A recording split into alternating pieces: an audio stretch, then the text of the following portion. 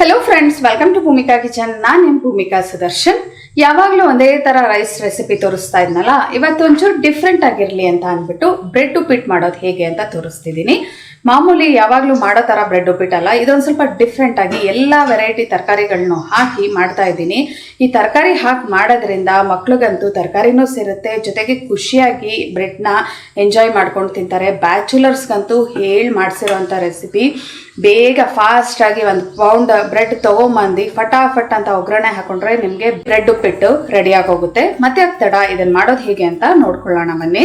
Stove on ಮಾಡಿಕೊಂಡು 2 table spoon ಎಣ್ಣೆ, 1 table spoon ಬೆಣ್ಣೆ ಹಾಕೊಂಡಿದ್ದೀನಿ. ಇವೆರಡು ಚೆನ್ನಾಗಿ ಕಾಯಿಲಿ.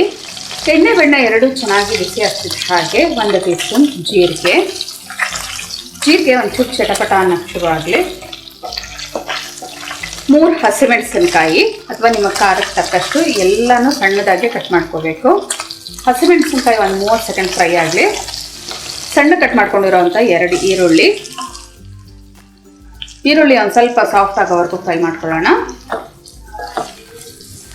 ಈರುಳ್ಳಿ ಒಂದು ಸ್ವಲ್ಪ ಸಾಫ್ಟ್ ಆಗ್ತಿದೆ. ಹಾಗೆ 2 ಟೊಮೆಟೊ, ಜಾಮ್ ಟೊಮೆಟೊ ಉಪಯೋಗಿಸ್ತಾ ಇದ್ದೀನಿ. ಜಾಮ್ ಟೊಮೆಟೊ ಕೂಡ ಸಾಫ್ಟ್ ಆಗಲಿ. ಟೊಮೆಟೊ ಒಂದು ಸ್ವಲ್ಪ ಸಾಫ್ಟ್ ಆಗ್ತಿದೆ. ಹಾಗೆ 2 ಕ್ಯಾಪ್ಸಿಕಮ್ಮು, ಇಲ್ಲ ದಪ್ಪ ಸೈಜ್ ಆದರೆ 1 ಹಾಕೊಳ್ಳಿ. ನಿಮಗೆ ಕಲರ್ಫುಲ್ ಕ್ಯಾಪ್ಸಿಕಮ್ ಸಿಕ್ಕಿದ್ರೆ ರೆಡ್ಡು, ಯೆಲ್ಲೋ ಇವೆಲ್ಲ ಅದನ್ನು ಸೇರಿಸ್ಬಿಟ್ಟು ಹಾಕೋಬೋದು.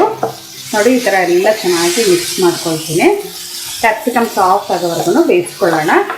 ಇವಾಗಲೇ ಒಂಚೂರು ಉಪ್ಪು ಹಾಕೊಂಡ್ಬಿಡ್ತೀನಿ. ಉಪ್ಪು ಹಾಕೋದ್ರಿಂದ ಟೊಮೆಟೊ ಕ್ಯಾಪ್ಸಿಕಮ್ ಎಲ್ಲ ಇನ್ನೂ ಚೆನ್ನಾಗಿ ಬೇಯುತ್ತೆ. ಕ್ಯಾಪ್ಸಿಕಮ್ ಒಂದು 3/4 ಭಾಗ ಸಾಫ್ಟ್ ಆಗ್ತಿದೆ. ಹಾಗೆ 1 ಕ್ಯಾರೆಟ್ನ ಸಿಪ್ಪೆಲ್ಲ ತೆಗ್ದು ಅದು ತುರಿ ಹಾಕೊಳ್ತಾ ಇದ್ದೀನಿ. ಎಲ್ಲ ಮಿಕ್ಸ್ ಮಾಡ್ಕೊಳ್ತೀನಿ. ಕ್ಯಾರೆಟು ಕ್ಯಾಪ್ಸಿಕಮ್ ಎಲ್ಲ ಚೆನ್ನಾಗಿ ಸಾಫ್ಟ್ ಆಗೋವರೆಗೂ ಬೇಯಿಸ್ಕೊಂಡಿದ್ದೀನಿ. ಒಂದು 3 ರಿಂದ 4 ನಿಮಿಷನೇ ಹಿಡಿದಿದೆ ಇದು ಬೇಯೋದಕ್ಕೆ. ನೋಡಿ, ಈ ಟೈಮಲ್ಲಿ 1/4 ಟೀ ಸ್ಪೂನ್ ಸಕ್ಕರೆ, ಅರಿಶಿನ 1/4 ಟೀ ಸ್ಪೂನ್, ಅಚ್ಕಾರದ ಪುಡಿ 1/2 ಟೀ ಸ್ಪೂನ್, ನೀವು ಖಾರಕ್ಕೆ ತಕ್ಕ ಹಾಗೆ ನೋಡ್ಕೊಂಡು ಹಾಕೊಳ್ಳಿ. ಗರಂ ಮಸಾಲ 1/4 ಟೀ ಸ್ಪೂನ್, 1/2 ಇಂಚು ಚಕ್ಕೆ, ಲವಂಗ 3, ಇದೆರಡನ್ನು ಕುಟ್ಟಿ ಪುಡಿ ಮಾಡ್ಕೊಂಡಿದ್ದೀನಿ. ಇದು ಹಾಕೋದ್ರಿಂದ ಒಂದು ಒಳ್ಳೆ ಫ್ಲೇವರ್ ಬರುತ್ತೆ. ಇದೆಲ್ಲ ಹಾಕೊಂಡು ಒಂದ್ಸಲ ಮಿಕ್ಸ್ ಮಾಡ್ಕೊಳ್ತೀನಿ. ಎಲ್ಲ ಚೆನ್ನಾಗಿ ಮಿಕ್ಸ್ ಮಾಡ್ಕೊಳ್ತಿದ್ದೆ. ಹಾಗೆ ಈ ಮಸಾಲೆ ಎಲ್ಲ ಬ್ರೆಡ್ ಕ್ಲೀನಾಗಿ ಅಂಟಬೇಕಲ್ಲ, ಅದಕ್ಕೋಸ್ಕರ ಒಂದು ಸ್ವಲ್ಪ 1 ಟೇಬಲ್ ಸ್ಪೂನ್ ಅಷ್ಟು ನೀರು ಹಾಕೊಳ್ತೀನಿ. ಜಾಸ್ತಿ ಬೇಡ, 1 ಟೇಬಲ್ ಸ್ಪೂನ್ ಹಾಕೊಂಡ್ರೆ ಸಾಕು. ಇಲ್ಲಾಂದರೆ ಬ್ರೆಡ್ ಎಲ್ಲ ತುಂಬ ಮೆತ್ತಗಾಗೋಗ್ಬಿಡುತ್ತೆ. ನೋಡಿ, ಇದನ್ನು ಹಾಕ್ಕೊಂಡು ಒಂದ್ಸಲ ಈ ಥರ ಮಿಕ್ಸ್ ಮಾಡ್ಕೊಳ್ತೀನಿ.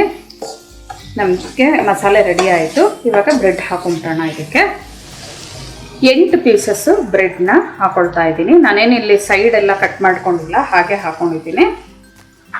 ಇದಕ್ಕೆ ಒಂದು ಸ್ವಲ್ಪ ಬೆಣ್ಣೆ, ಇದಕ್ಕೆ 1/2 ಟೇಬಲ್ ಸ್ಪೂನ್ ಅಷ್ಟು ಬೆಣ್ಣೆ. ಈ ಬೆಣ್ಣೆ ಹಾಕ್ಕೊಂಡು ಒಂದ್ಸಲ ಮಿಕ್ಸ್ ಮಾಡ್ಕೊಳ್ಳೋಣ. ಕಂಪ್ಲೀಟ್ ಲೋ ಫ್ಲೇಮ್ ಇರಬೇಕು. ನಿಧಾನವಾಗಿ ಈ ಬ್ರೆಡ್ಗೆಲ್ಲ ಈ ಮಸಾಲೆ ಅಂಟ್ಕೋಬೇಕು. ಆ ಥರ ಮಿಕ್ಸ್ ಮಾಡ್ಕೊಳ್ತೀನಿ.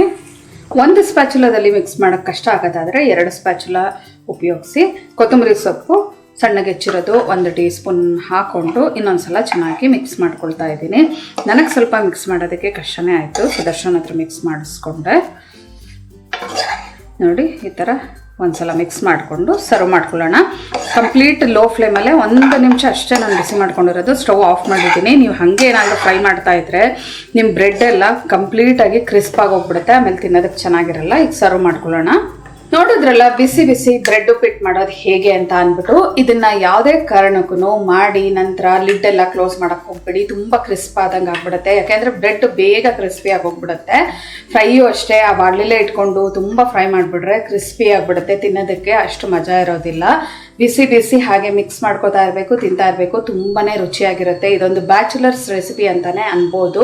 ಯಾಕೆಂದರೆ ಫಟಾಫಟ್ ಅಂತ 10 ನಿಮಿಷಕ್ಕೆಲ್ಲ ರೆಡಿಯಾಗಿ ಹೋಗ್ಬಿಡುತ್ತೆ. ಬ್ರೆಡ್ ತೊಗೊಂಬಂದು ಒಂಚೂರು ಎಲ್ಲ ಫ್ರೈ ಮಾಡ್ಕೊಂಡು ಹಾಕೊಂಡ್ರೆ ನಿಮಗೆ ಬ್ರೆಡ್ ಉಪ್ಪಿಟ್ಟು ರೆಡಿಯಾಗಿ ಹೋಗುತ್ತೆ. ಮತ್ತೆ ಆಗ್ತಡ ನಿಮ್ಮ ಮನೆಯಲ್ಲೂ ಕೂಡ ಮಾಡಿ ಹೇಗಿದೆ ಅಂತ ಕಮೆಂಟ್ ಬಾಕ್ಸಲ್ಲಿ ತಿಳಿಸಿ. ಇವತ್ತಿನ ಈ ರೆಸಿಪಿ ಇಷ್ಟ ಆದರೆ ಲೈಕ್ ಮಾಡಿ, ಶೇರ್ ಮಾಡಿ. ಯಾರೆಲ್ಲ ಇನ್ನೂ ಭೂಮಿಕಾ ಕಿಚನ್ಗೆ ಸಬ್ಸ್ಕ್ರೈಬ್ ಆಗಿಲ್ಲ, ದಯವಿಟ್ಟು ಸಬ್ಸ್ಕ್ರೈಬ್ ಆಗಿ. Thanks for watching.